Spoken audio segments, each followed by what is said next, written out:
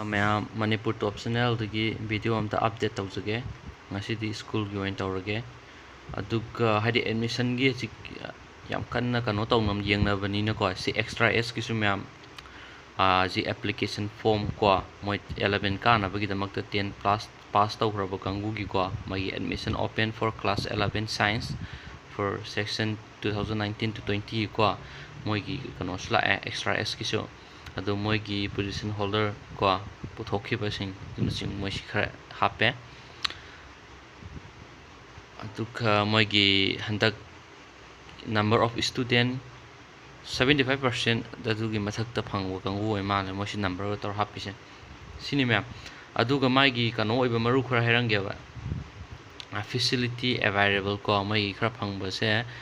Okay 70% and below 80% direct admission. Last date of direct admission is 21/5/2019 up to 3 p.m.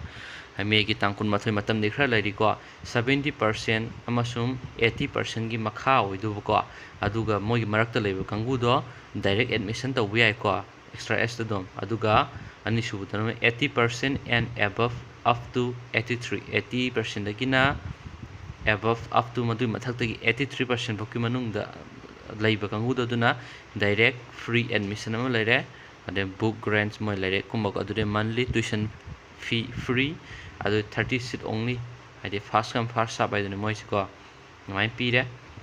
aduga above 83% and below 85% 83 dagina 85 fuki manung da leiba sing duna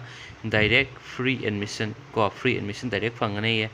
book grants ade monthly tuition fee free aduga 20 seat only first come first serve moi ko aduga bus fee su free adu monthly scholarship of rupees 1500 aduga uniform su fee ni aduga 80% and below position holder hadi 80% gi mathak te gi moi top 25 laina 25 tu gi hek makha ta na ma khongba kangu do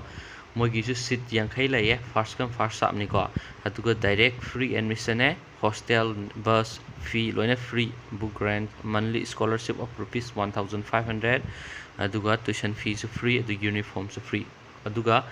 position holder kangu ge hai tare ko direct free admission aduga hostel bus free loina free monthly tuition fees free uniforms free adu special scholarship pa moi ko adu di sida haidre position holder yorok kangu tongninga gadi school satlaga gangna batare moi gidi ko aduga cbsc degi pass trok kangu gidi 92% and above 92% gi aduga mathak ta leba kangu gidi free admission and monthly tuition free ko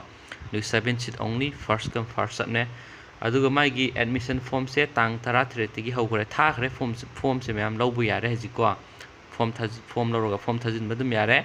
adu moin haise adu lakpa matamna form thajin ba form lobu lakpa matamda bring original admit card of bosam cbsc for direct admission category ma kangu gidi admit card to originals nu pupiro hay ko aduga numai jing ju thong ange me aro ina duka haji form thare form na thajin biro ko sisna extra s kini me